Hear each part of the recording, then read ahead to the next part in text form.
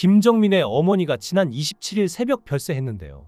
고인은 향년 93세이며 김정민은 현재 장례식장에서 조문객을 맞이하고 있다고 하죠. 빈소는 수원 영통구 수원시 연화장 장례식장에 마련됐는데요. 김정민은 앞서 지난해 4월 방송된 채널A 예능 절친 다큐멘터리 4인용 식탁을 통해 근황을 공개했죠. 방송에서 그는 90세 어머니가 가까이 계셔서 아내와 자녀들이 있는 일본으로 함께 가지 못하고 있다며 깊은 효심을 전했는데요. 갑작스럽게 어머니의 부고 소식이 들려온 것입니다. 사실 김정민은 어머니와 굉장히 애틋했는데요.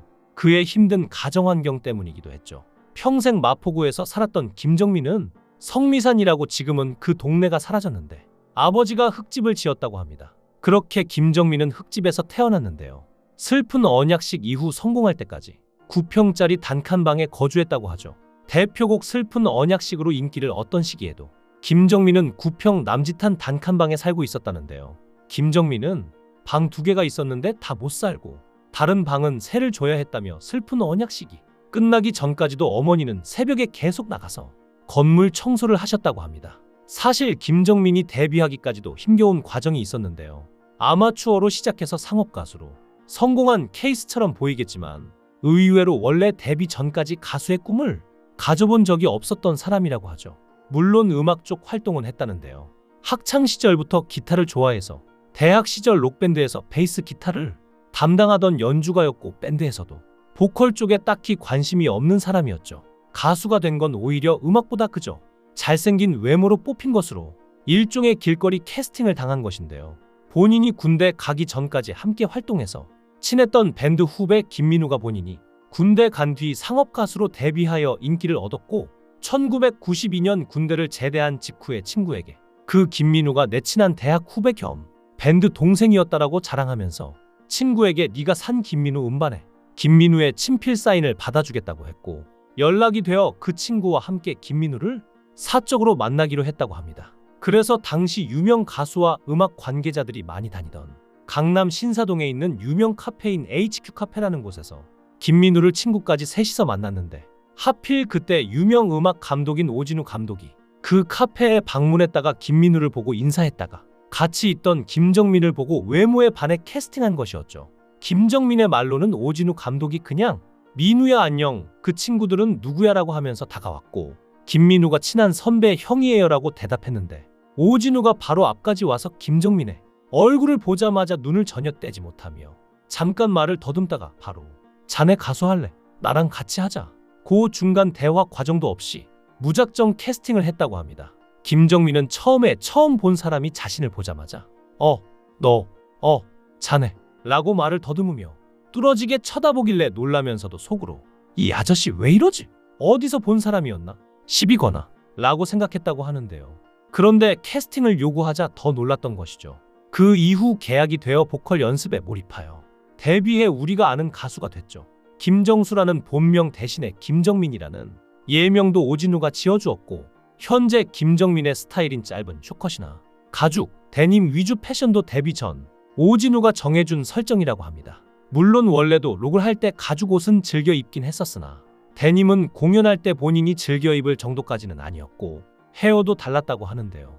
원래는 군대 가기 전까지 록을 하면서 머리를 기르는 장발을 좋아했었고 심지어 입대 전 군대 갈 때가 된 밴드 친구들끼리 군대를 가면 머리를 짧게 깎아야 하는데 록 정신을 잃어버리는 거 아니냐, 어쩔 것이냐로 토론까지 했었을 정도라고 하죠. 하지만 오진우를 만났던 당시는 제대 직후라 머리가 짧았고 그 모습에 오진우가 반했던 것이죠. 하지만 데뷔 이후 2년간 아픔이 있었는데요. 결국 오진우 감독의 회사와 이별하게 되었는데 그 이유는 TV는 사랑을 싣고에서 밝혀졌죠. 앞서 말한 대로 경제적 문제였는데 상세한 수익 분배 문제까지는 밝히지 않았지만 김정민의 앨범이 실패한 것도 아니었고 얼굴도 어느 정도 유명해져서 유명세도 탔지만 경제 사정이 별반 달라지지 않았던 것이죠. 원래 집이 가난한 편에 속했기에 부친과 모친이 그가 어릴 적부터 육체노동을 해왔는데 그가 데뷔 후 무려 2년이나 활동하고 나서도 여전히 부모가 계속 그런 일을 해야 할 정도였죠.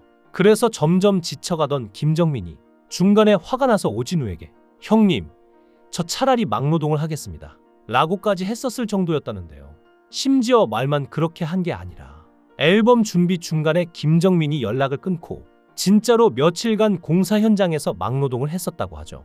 어쨌건 그런 호소 후 돌아온 뒤에도 경제 사정이 나아지지 않자 다른 음반 기획사들에서 김정민에게 러브콜이 왔고, 그중 한 회사가 놀라운 수준의 경제적 보장을 약속하는 계약을 담보로 자신의 회사로 옮기라고 설득을 했고, 김정민이 3번이나 거절하긴 했으나 김정민은 결국 그 회사가 포기하지 않고 연락을 시도하다가 최종적으로 대놓고 거액의 계약금을 현금으로 보여주기까지 하여 김정민의 마음을 움직였고, 결국 그 회사와 계약하며 오진우를 등지게 되었던 것입니다. 오진우는 그 일로 큰 충격을 받아 우울증 증세까지 보였고, 마음의 상처를 모든 주변인들이 다 눈치챘을 정도로 심하게 괴로워했다고 하는데, 아무리 캐스팅과 데뷔를 다 총괄 감독한 은인이라고 하더라도 대중의 유명세를 탄 소속사 가수가 경제 사정이 다른 가수들보다 더 힘들었던 것을 알고도 상식적으로 당대의 분배 구조가 불합리했다는 것을 자기 자신도 잘 알면서도 특별한 조치도 없이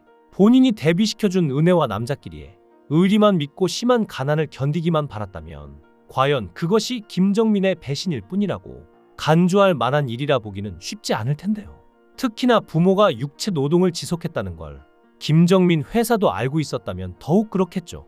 김정민의 집이 어느 정도로 가난했냐면 그 흔한 어린 시절 사진 하나 없을 정도인데요. 심지어 당시 살던 동네에 가장 좋은 기와집이 있었는데 어머니에게 입버릇처럼 내가 나중에 커서 저 집 사줄게라고 했는데 슬픈 언약식으로 히트하고 나서 소속사를 옮기고 나서야 그 집을 사들일 수 있었다고 하죠. 그리고 김정민은 시간이 지난 뒤 가수로서 더 성공을 하며 가정을 꾸리게 됐는데요. 그의 일본인 아내 타니 루미코는 11살 연하이며 과거 일본 아이돌로 활동한 경력이 있다고 합니다. 아버지가 제1교포 출신이며 일본으로 귀화했고, 어머니는 일본인이므로 한일 혼혈이고 일부분 제1교포의 후손이라고 하는데요. 아이돌 출신답게 미모가 출중하고 오랜 한국 생활로 한국어도 유창하고 하죠. 과거 김정민과 함께 네이버 블로그를 운영했으며 일본식 가정요리 책을 출간하기도 했는데요. 한국에서 남편 김정민과 함께 부부로 여러 방송에 출연하기도 했죠. 2023년부터 아내와 아들들은 축구 선수 활동을 위해 일본으로 이주했고, 김정민은 기러기 아빠 생활을 하고 있었는데요. 실제로 김정민의 세 아들 중 둘째는 K리그 1 FC 서울 산하 유스 오산중을 거쳐 일본 제2리그 사간도스 연령별팀으로 옮겼는데요. 큰아들 김태양도 일본 클럽에서 골키퍼로 뛰고 있죠. 김정민은 아내와 아들을 일본으로 축구 유학을 보내고 기러기 아빠로 지냈습니다. 아들이 일본을 택한 이유는 보다 높은 수준을 추구했기 때문인데요. 중3 때 제1리그 클럽으로 향한 둘째는 일본에 가고 싶었다. 이적한다면 가장 강한 팀이 좋다고 생각했다고 말했죠. 아무래도 한국보다 일본의 축구 인프라가 좋은 편이고 일각에서는 병역 문제를 고려한 결정일 수도 있다고 주장하지만 섣부른 예측이 아닐까 싶은데요. 전국 투어 콘서트 중인 김정민은 아들이 아직 시작 단계인 만큼 천천히 지켜봐주길 바란다고 합니다.